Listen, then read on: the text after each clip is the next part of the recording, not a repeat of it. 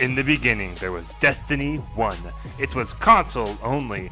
Everyone worked hard to earn what they did, and cheating was only as far as internet manipulation. Fast forward to Destiny 2. Do Guardians actually earn their accomplishment?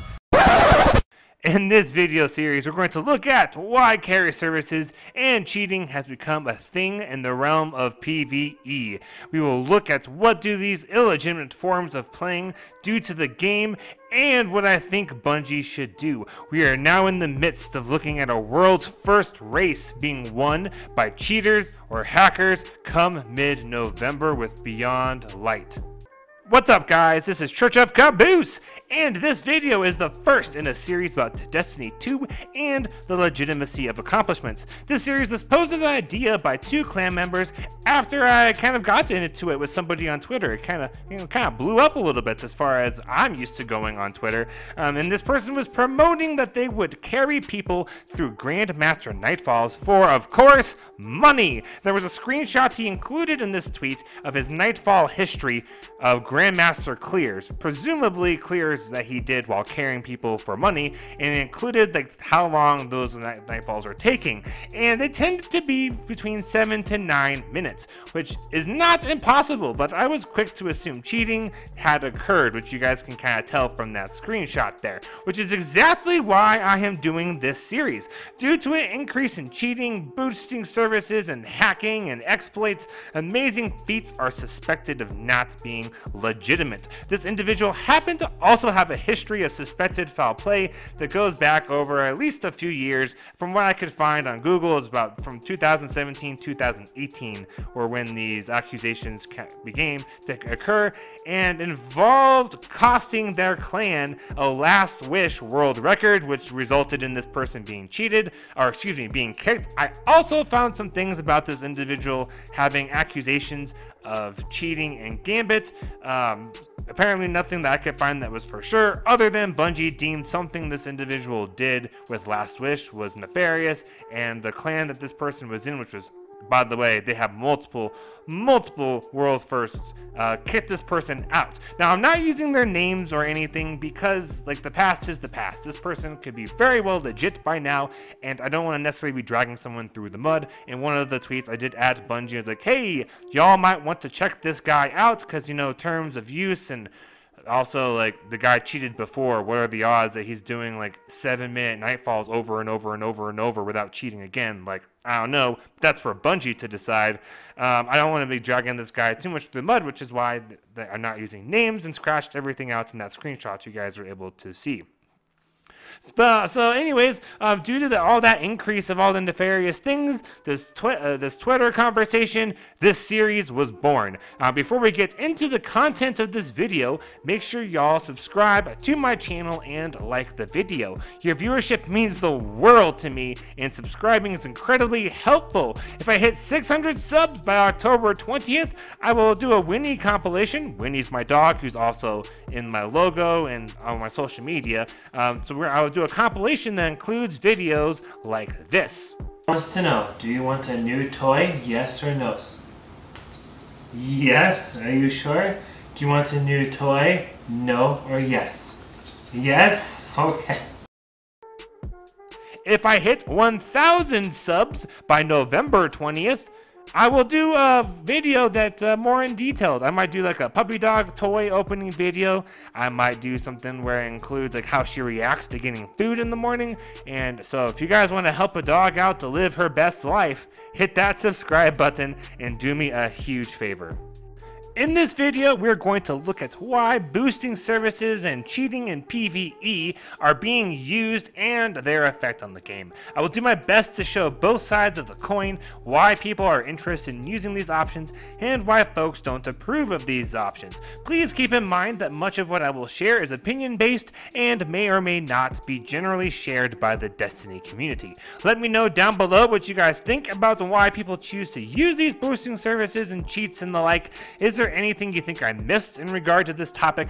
Share your thoughts with me, whether you agree or disagree. Thank you guys so much for watching and enjoy the video.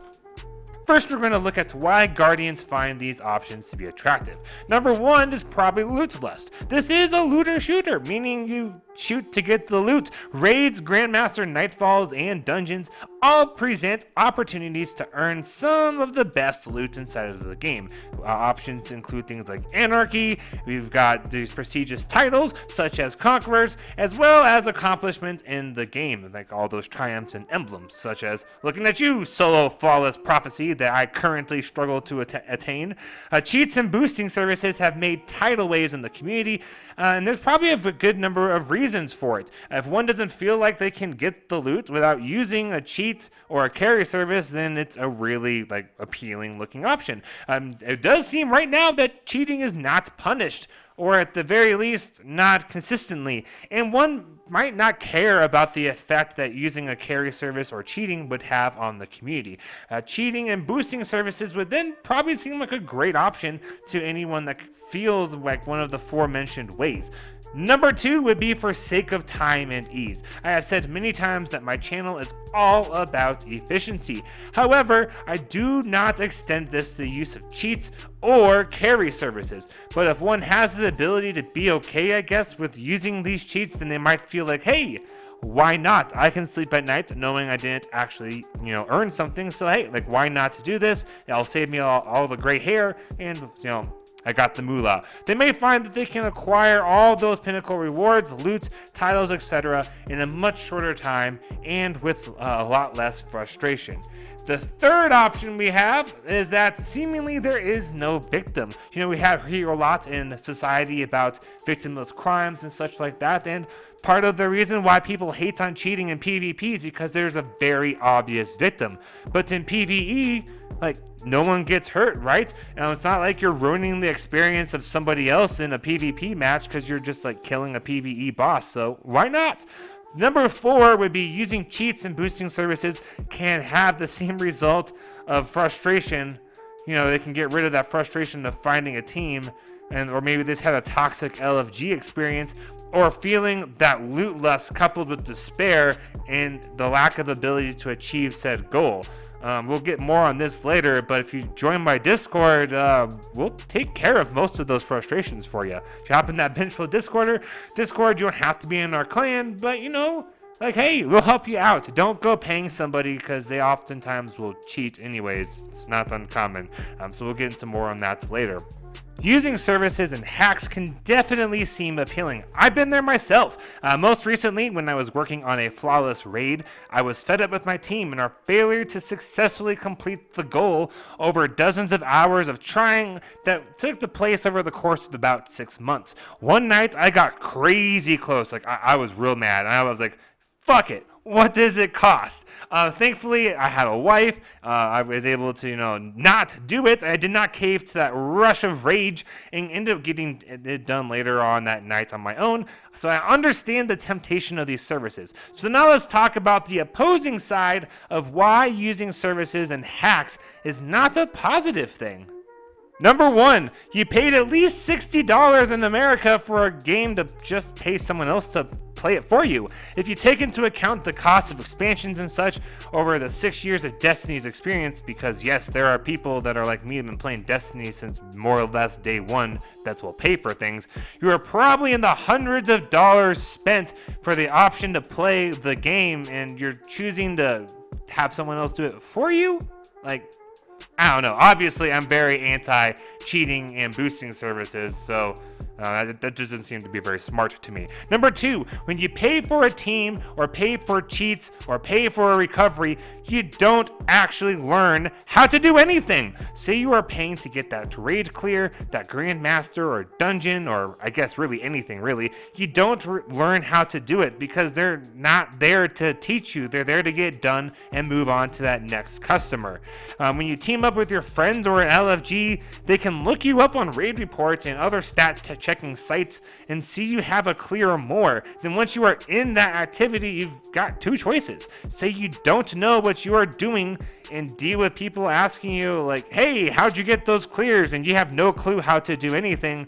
Or you can do the other option and keep paying people to do stuff for you, because like they'll always do things for you when you pay for them. So like once you pay for a clear, unless you end up learning how to do it, you're more or less forced to have to keep playing to get these raid challenges and stuff done, because people will figure it out real quick that you don't know what you're doing, and that obviously you were carried by someone. And in today's climate, most likely they're going to just kind of assume you like paid somebody to do it, or that someone else did it for you. Like that's happened to people before. And number 3, when players pay and cheat and hack, there is a victim. We talked about this a little bit before, and that victim is you. Like I said, you are hurting yourself, but you also hurt that community. You add to the list of players that don't earn what they do legitimately, and people assume you paid. For example, I managed to work my ass off and get that unbroken and flawless titles. If I have those titles equipped and have a really bad Crucible game, it's not uncommon for me to get messaged things like, how much did it cost? Or sucks to suck without the cheats, don't it? Stuff like that. Like, hell, my intro scene came from someone messaging me. They reported me because they were like, that was a suspect shoulder charge that wasn't even in a super, which, by the way, that's obviously a super. And instead of me being like, oh, hell bent and like, oh, I decided to embrace that hate and turned the report into my intro. So thank you, sir. It gave me a pretty fun intro to use, and I guess bring up every now and then. People besides yourself are in fact impacted if you choose to use a carry service or cheat. I have been in LFG groups, and people will share their accomplishments, and sometimes folks will ask someone something like, how? For example, say I hopped into a group today of friends of mine, and they're like, oh dude, you finally got that solo flawless done. But wait, you just mentioned yesterday you couldn't get past the cube room for like 10 hours, so how in the world did you go to just beating it like the second try and like 2 hours solo fallacy the next day, right? Like that'd be really, really weird. And so they can look stuff up, and they could be like, it's pretty clear you paid for that accomplishment, man. Carry services and cheats are ruining the game and taking away from people's accomplishments. So when you are using these, you're just undermining the hard work that people have put in when they legitimately work for these things. This leads me to wonder why anyone would care about using in-game exploits, but that's for a future video that is in the series. Number 4, if you are having a hard time finding a team, join my clan. Join my Vengeful Discord server. Let them know you are subscribed to my channel, because that's the only way you're allowed to be in there without being in the clan. And you don't have to be in the clan to be in the server. We help people do raids. We help folks learn how to do everything. We help folks with their exotic quests, because we want to have friends and we want to help people. This is way different than paying for help, because they won't teach you stuff. If I help people with a dungeon, sure, we might do it really quick, but the whole time I'm like, okay, so this is how this works. This is how that works. And then when someone does it again, the next time they're like, yeah, I remember how to do this, and it's no big deal. Like, we do things with teaching, and we also try to help folks with PvP. So you have options of what to do besides paying for friends. It's like those people that pay for companionship. Like, you don't need to pay those Destiny ladies of the night. Come to us, let us help you out. We want to be friends with you, and we'll help you guys out. Link is down below. If it doesn't work, let me know, and I will send you guys a fresh link. Now you might be thinking to yourself, well, use them, don't use them, what do I care? It can't impact the game. Like I already mentioned, there are victims, but beyond that, there is an impact.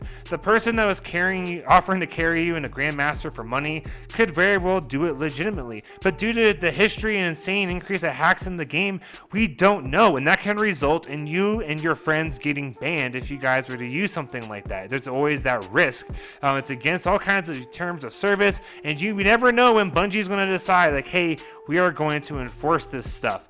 It's also pretty common for folks when they do these impressive things to have video proof. So if you're going to fall into the camp of, hey, it's okay, and disregard the advice I have about making yourself really a slave to the LFG carry groups, at least make sure you got some kind of a video proof they're doing these things without cheating. Make sure you're familiar with what different hacks and stuff look like, so that way you won't get that ban hammer by association. The plague of using hacks has gotten us to start saying, videos or you cheated. Much like bros trying to brag about anything and their friends say, hey man, pics or it didn't happen. I miss Destiny 1 so much right now. There's only console play. Cheating was almost non-existent besides network manipulation inside of PvP, especially Trials of Osiris. And the best anyone could do was in-game exploits. When someone did something like a solo raid or in some insane speedrun, people didn't ask like, hey, did you cheat or who did you pay? When a friend got that raid clear, their friends were like, hell yeah, bro, you worked hard for that, like good job. There was no one being like, who